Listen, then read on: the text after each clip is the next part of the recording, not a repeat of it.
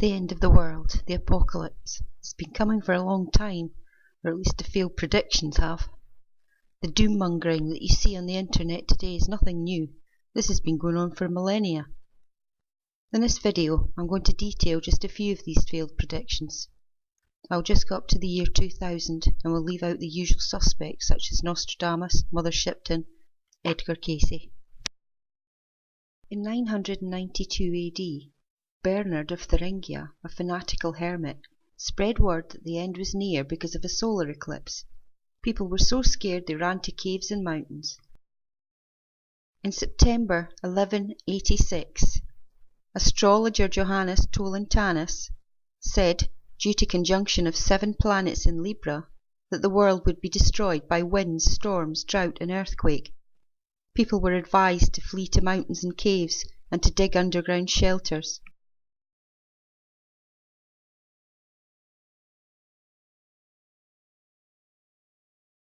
Konrad Schmid, a German flagellant, in his work Prophetica, announced the end of the world in 1369.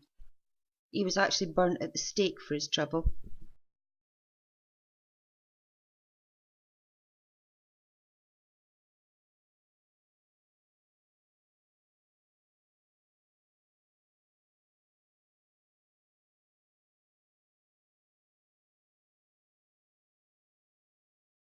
In June 1523, a group of astrologers predicted that on February the 1st, 1524, London would flood, and this would be the precursor to the end of the world.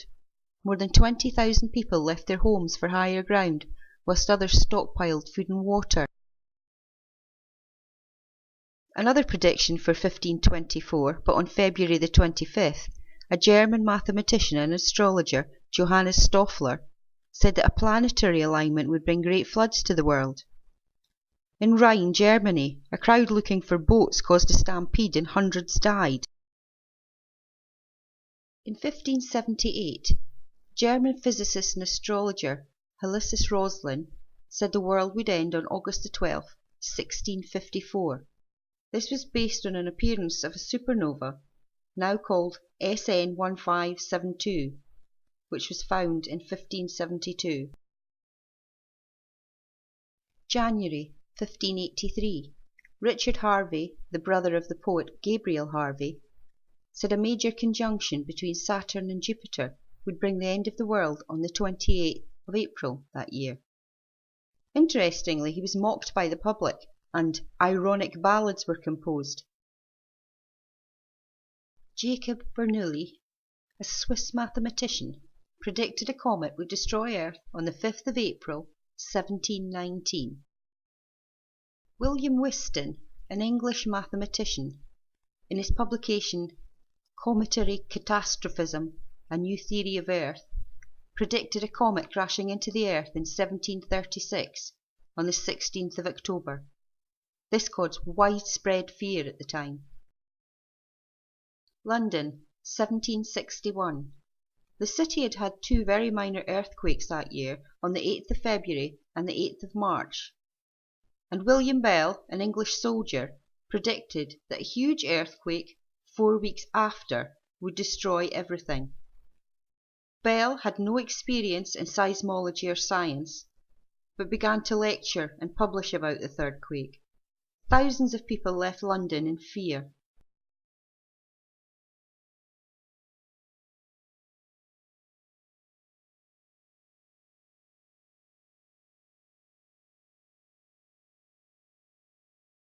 Edward Bishop Elliot, Dean of St Mark's in Kemp Town, wrote Hooray, Apocalypticae in 1844, in which he concluded the world would end in 1865–66.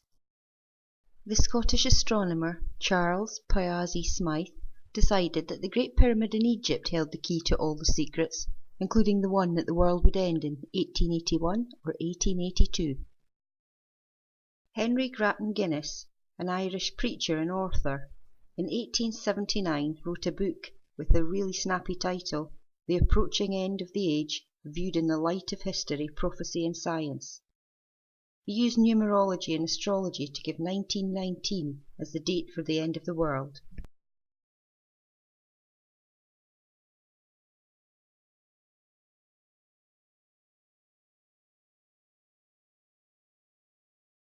Nicolas Camille Flammarion, a French astronomer, stated in 1907 that a seven-tailed comet was heading to Earth. In 1910, when Halley's comet arrived, he said that the cyanogen gas from the comet's tail would come through our atmosphere and poison all life. In 1919, an American astronomer, Professor Albert F. Porta, said that a sunspot in December that year would prompt a giant explosion that would fly through space towards Earth. At the time, there was multiple reports of suicides in Mexico City due to this prediction.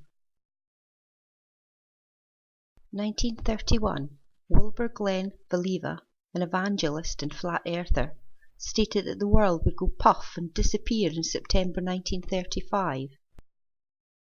Dorothy Martin, also known as Marian Keech, a psychic from Chicago, claimed the world would suffer a great flood on the 21st of December 1954.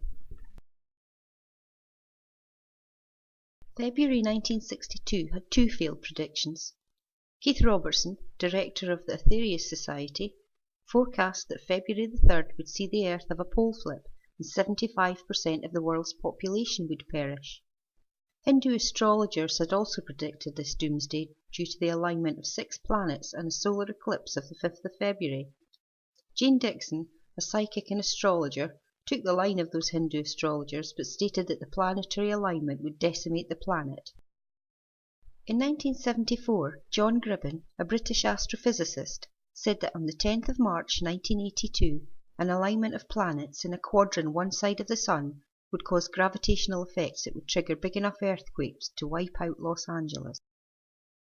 In 1975, Dennis McKenna, an American ethnopharmacologist, and his brother Terence, a psychedelics promoter, said that gravitational effects between the Sun and a supermassive black hole from the centre of the Milky Way would destroy Earth in 2012. A good few others latched onto this theory and variants of it.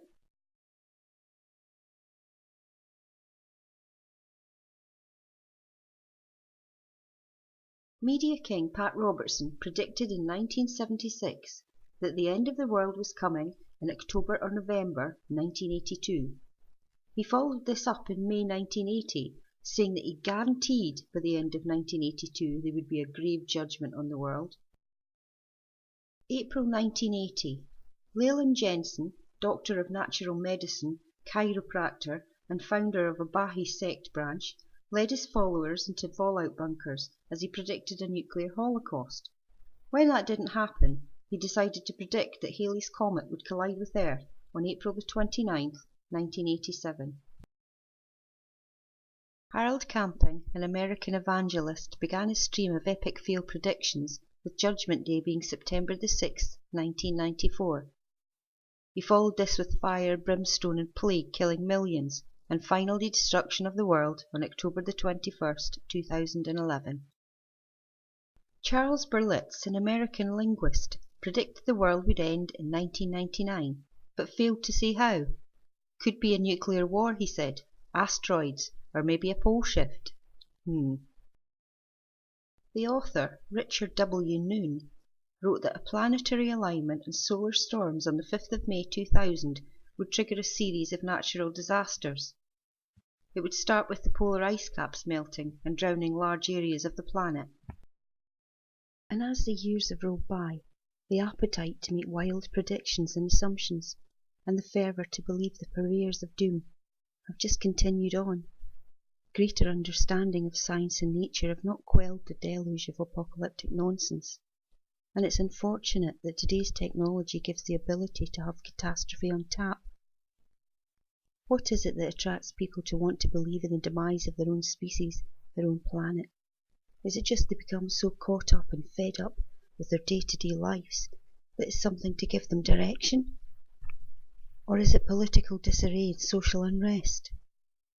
And what of those who pump fear and disinformation out by the gallon? I don't doubt that a few foolishly believe what they say, but let's be honest, for the rest of them, the end of the world is about money.